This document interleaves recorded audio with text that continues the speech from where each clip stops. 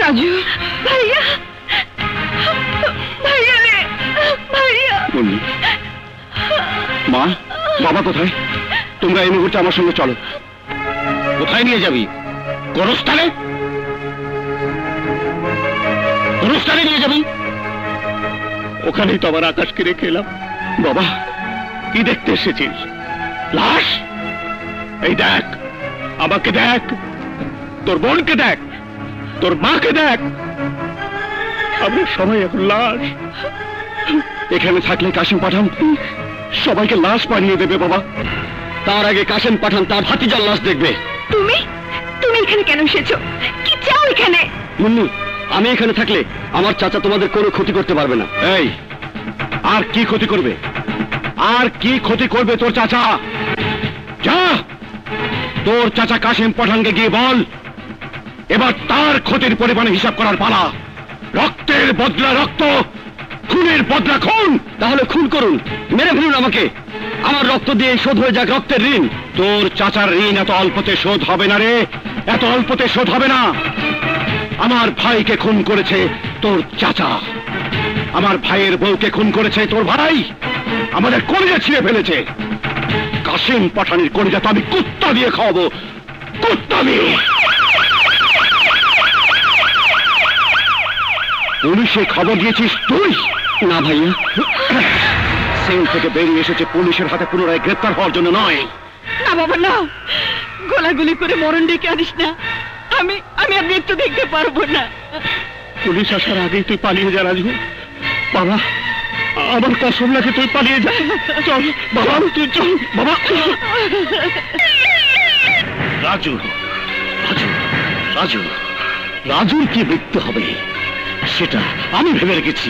আমি আমি আমি তোদের কাজ শুধু রাজুকে ধরা, মারা না, মারা না। রাজুকে রাজুকে মারার কাজ আমার আমার আমার আমার আমার আমার। যাই বলো, তোমার পালানো উচিত হয়নি রাজু। তাহলে কি করা উচিত ছিল আমার? কি করব? সেলের মধ্যে গুন্ডাদের হাতে মার খেয়ে মরে যাওয়া উচিত ছিল, নাকি ওদেরকে খুন করে নিজের ফাঁসিটাকে কনফার্ম করা উচিত ছিল? আমি জেল সেলের মধ্যে বন্দি থেকে ছটফট করে মরি, আর এদিকে কাশিম পাঠান আমার মা বাবা বোনকে অনায়াসে মেরে ফেলুক। এই কি চাও তুমি? আমার চাওয়া না চাওয়াই কি এসে যায়, কিন্তু আমি চেয়েছিলাম তোমাকে জামিনে বের করতে। এখন তুমি পুলিশের হাত থেকে নিজে পালিয়ে বাঁচবে, নাকি মা বাবাকে প্রোটেকশন দেবে? বলো, কি করবে তুমি? রাজু, পুলিশ তোমাকে চারিদিক থেকে ঘিরে ফেলেছে, পালাবার চেষ্টা করো না, তুমি সারেন্ডার করো।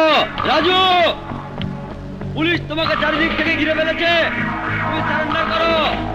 আমি এখানে এসেছি, পুলিশ তা জানলো কেমন করে? আমি খবর দিয়েছি। তুমি খবর দিয়েছো? তুমি?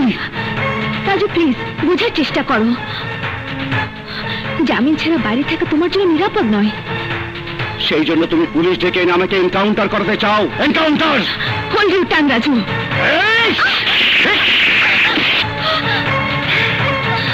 তুমি পুলিশ ডেকে এনেছো, পুলিশের সামনে দিয়ে তুমি আমাকে বের করে নিয়ে যাবে। চলো, এসো। পালাবার চেষ্টা করো না রাজু, সারেন্ডার করো।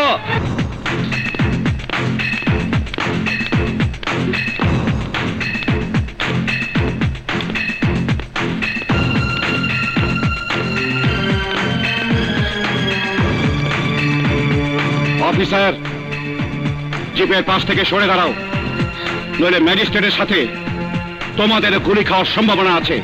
কুইক! অফিসার, ক্যাচ হিম। ও আমার উপর গুলি চালাতে পারবে না।